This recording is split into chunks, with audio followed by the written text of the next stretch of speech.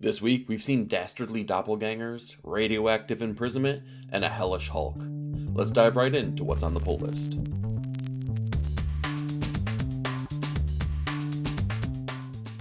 Kicking things off, we have Absolute Wonder Woman number 14, written by Kelly Thompson with artwork by Matthias Bagara. So, Diana sees this inversion of herself as an imbalance in the world, and she seeks the help of Gaia itself to help tip the scales back into balance. This was a foundational kind of story arc and issue. It's kind of setting the stage for a couple things like Absolute Zatanna, a team up with another hero, and more hints about the Absolute universe in itself. Kelly Thompson's doing a really fantastic job at setting the stage for all of these things happening. But on top of that, Bergara really nailed this issue. He's got such a knack for the fantasy stories, and it was like really just this perfect fit, this perfect kind of pitch hitter basically for what Hayden Sherman has been doing on this book previously. I've been a big fan of Bagara's work here for a long time. If you haven't checked it out here, make sure you check out Coda by Simon Spurrier and Matthias Bagara. It's a banger of an issue, and it shows just how much of a knack he has for the fantasy genre in itself. But Absolute Wonder Woman number 14 really had a great issue. Next up, we have Batman, Green Arrow, The Question, Arcadia, number 1, written and drawn by Gabriel Hardman.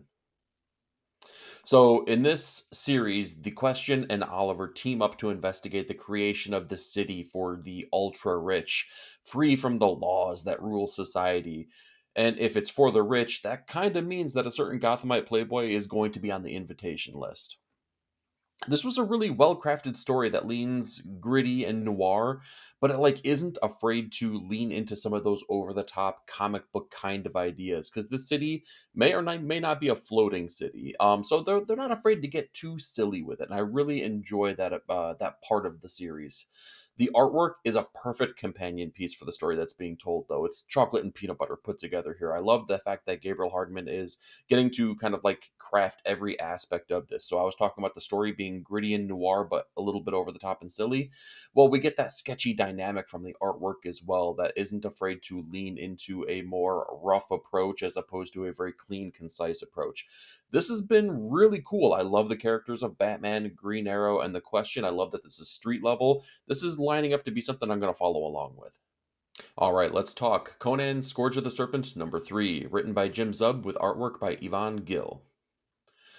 So in this series, we're continuing our path with Conan, Cull, and John Kirwan as they do battle with this serpentine influence in their own respective times. But in this issue, we start to really unravel what it is that the Stygian's grand plan maybe truly is. Zub is laying the foundation for this epic end game basically. That's what this issue was all about, is really talking about the scope of everything that's happening here. And it's kind of cool that we get a better understanding of the influence that Set has over the world in these different times. I'm really enjoying Gill's approach in the artwork here. I've said this before, but I'm going to say it again. We get different flavors of artistic choices between Conan, Savage Sword of Conan, and this event, but each one continues to be a feast for the eyes here. This is no different. Conan continues to be a great book here. This event is definitely really enjoyable. In fact, I think I might be liking this a little bit more than the Blackstone event, but make sure you have Conan in your life. This was a great issue. Next up, we have Daredevil Punisher, The Devil's Trigger, number 1, written by Jimmy Palmiotti with artwork by Tommaso Bianchi.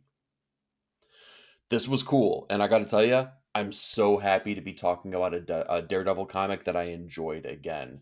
This is a retelling of a scene from Ennis's Punisher run in which Frank gives Matt a choice, basically. He can kill Frank to stop him or allow Frank to kill a criminal. And Daredevil basically has no two ways about it. There's no getting out of this circumstance. We saw kind of a retelling on this even in the Netflix Daredevil series as well. The cool thing, though, is that this time it's from Daredevil's perspective as opposed to Frank's.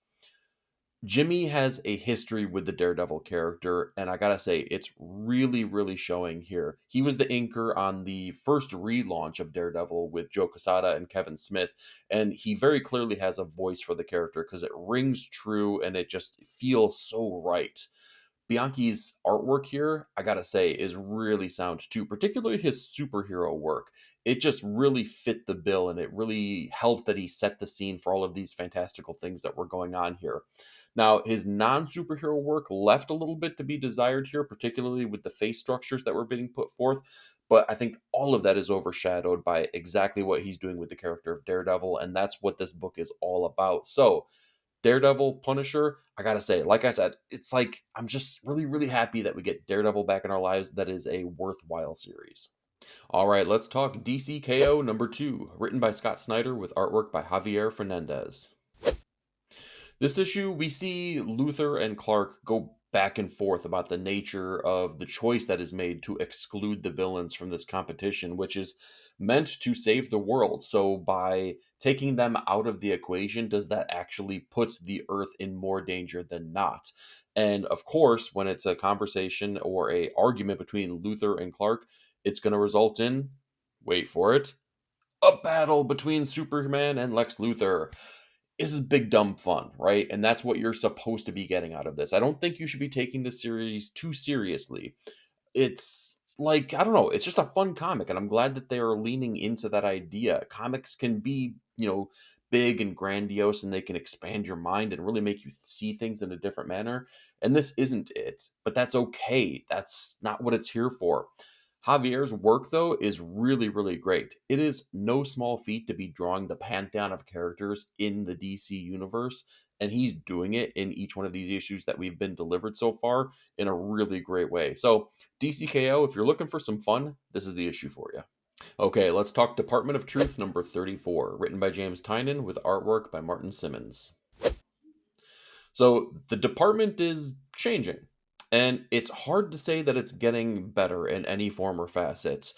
The inmates are kind of running the asylum right now, and all the while, Cole is dealing with his own satanic panic head on. So this continues to be like Tynan's premier book, in my opinion. This is the one that keeps me coming back for more. While some of them fall to the wayside, this is the one that, while it did once, it's been kind of true ever since I came back to the book, and it's kind of kept its hooks in me. Simmons is really the engine that drives this book, though. I feel like his artistic approach is what defines the vibe of the book, which is absolutely necessary, and it makes everything feel so ominous and dreadful. You need that with a book like The Department of Truth. I like the fact that we're circling back around to the whole idea of what got Cole into the Department of Truth and what he dealt with as a child, and really playing with that idea in a really inventive way. I like what they're doing here. I'm glad that we're kind of getting back into the main story arc here, and we've been like way for a couple issues now. Department of Truth is definitely surprising and delighting me in a way that I didn't really expect.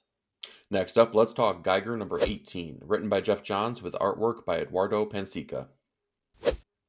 So Tariq is imprisoned, but certain events happen that kind of, reignite his radioactive powers and his abilities, and that's not good for any of the correctional officers or the warden or the other prisoners of this prison. The art here really, really surprised me. With Gary Frank being the primary artist here, there's expectations for the look of this book. And I have to say, while Eduardo's artistic style is not the same as Gary Frank's, he delivers. This book really, really looked amazing. This was more of a setup issue, and it's kind of like an in-betweener, but it really did a good job at fleshing out the world and making it more enriching and more enticing. I'm in no rush to push the narrative of the story forward because I'm having such a great time with the world that is the Geiger universe. It's playing with a lot of different ideas, and we have so many different factions now at this point that it's okay to take your time with these stories. That's exactly what Jeff Johns is doing in Geiger, and I have to appreciate the way that they're going about this book. Now, it looks like the next issue is going to start pushing that narrative forward here. I'm excited for that, but I have to say, Geiger just doesn't let me down. Speaking of books that haven't let me down, let's talk Green Arrow number 30, written by Chris Condon with artwork by Montos. We get to see the final confrontation between Green Arrow and the Crimson Archer, and it takes place in epic fashion here. The journey that Condon has taken the reader on has been such a great tip of the hat, basically, to the legacy of the character and everything that they've gone through, and the unique perspective that Ollie has. And it's only fitting that we literally get to see Green Arrow fight his past to end out this arc. Montos, though, I will buy whatever comes next that Montos does. Period. There's a scene in this that is essentially like a POV shot of the arrow being shot that is so unique, and I've never seen it done before. And granted, we only have a handful of Archer characters in the greater, landscape of superheroes, but I have to say, I can't believe that no one's done this before, or if it have, I've missed it. It is so crazy good. Chris Condon's run is going to be coming to an end here very shortly, but I'm going to take everything and just hold it really, really tight because Green Arrow has been one of my favorite superhero comics. With a new premiere issue, let's talk Infernal Hulk #1, written by Philip Kennedy Johnson with artwork by Nick Klein.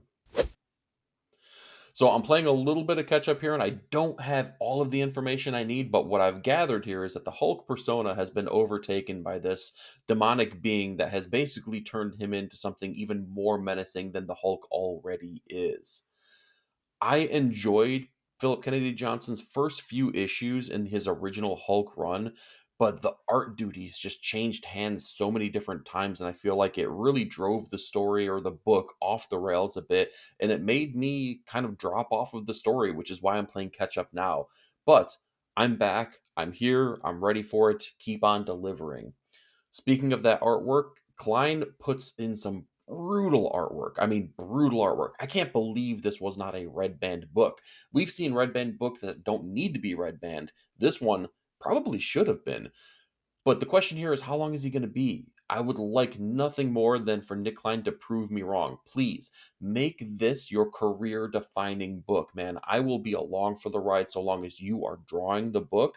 We just need more Nick Klein drawing on this, right? If we can get this team to stay together in the long run, I will be so happy.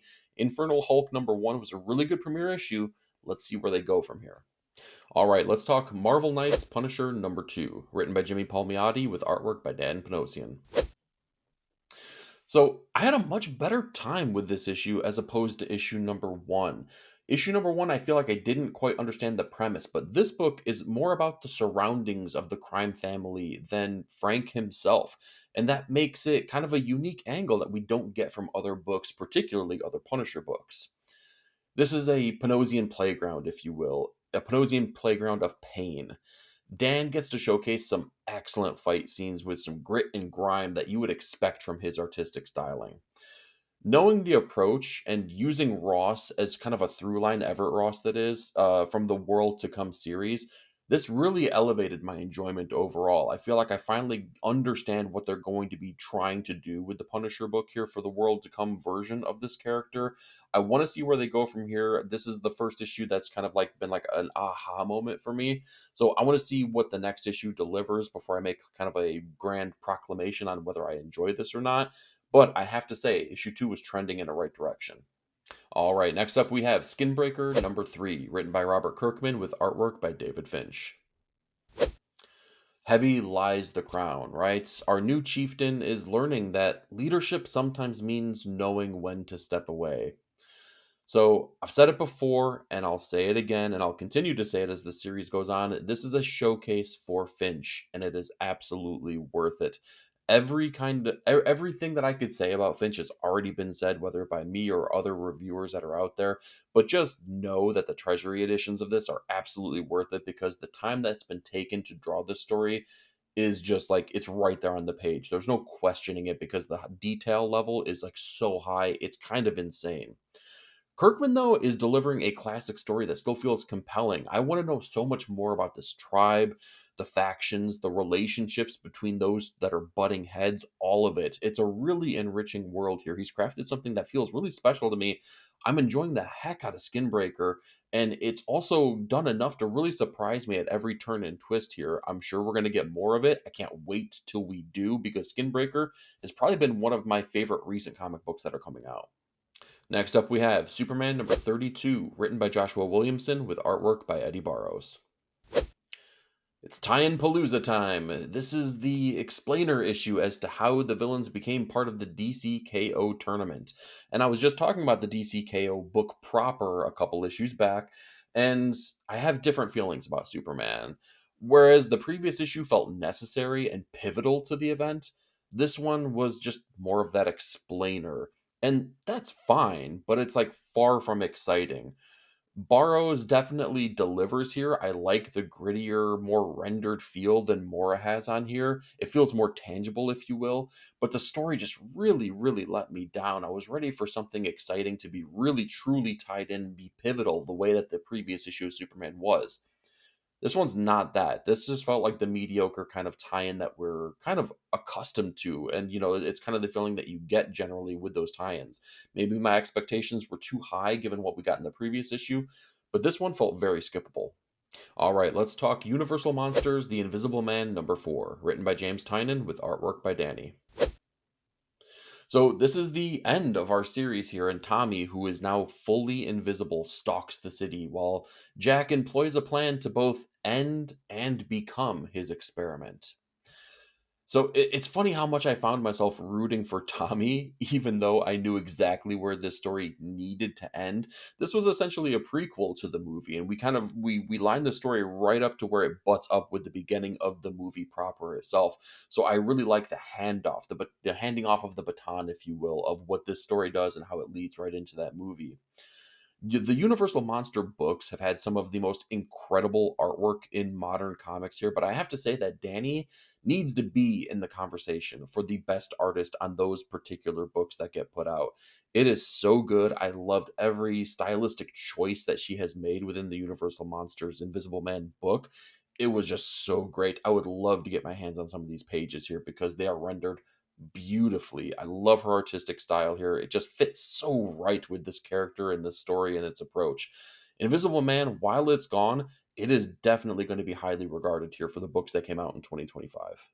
And with my runner-up book of the week, let's talk Escape #4, written by Rick Remender with artwork by Daniel Acuna. So in this issue, we get a wounded and weary Milton as he awakes in the home of a family who has been devastated by the very bomb that he dropped himself. Remender is putting a face and a voice behind the casualties of war and kind of the unheralded heroes. He's showing that everyone can step up and kind of be a hero in their own particular way, and I love the message behind this book. This is also a dark and dreary issue, though, as we get to spend a lot of time in this dark, damp apartment where Milton is basically hiding out. But when the story flashes back, Acuna gets to use these bright and vibrant colors to show the disparity between what Milton left in the United States and the war-torn landscape that Milton is in right here and right now.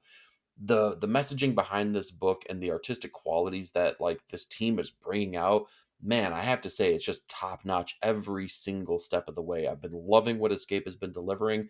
I don't know how long this series is destined to go. It feels like it is definitely more of a finite type of series, but I have to say I'm going to just soak in every single issue that we get here. Issue #4 was just pitch perfect. And with my top comic of the week, let's talk Absolute Batman #14, written by Scott Snyder with artwork by Nick Dragotta. I believe I've said this before, but it's worth mentioning again. My level of enjoyment increased astronomically once I stopped viewing this book as a Batman book. Calling it a Batman book comes with these preconceived notions and expectations, and this is just different, and it's better for it.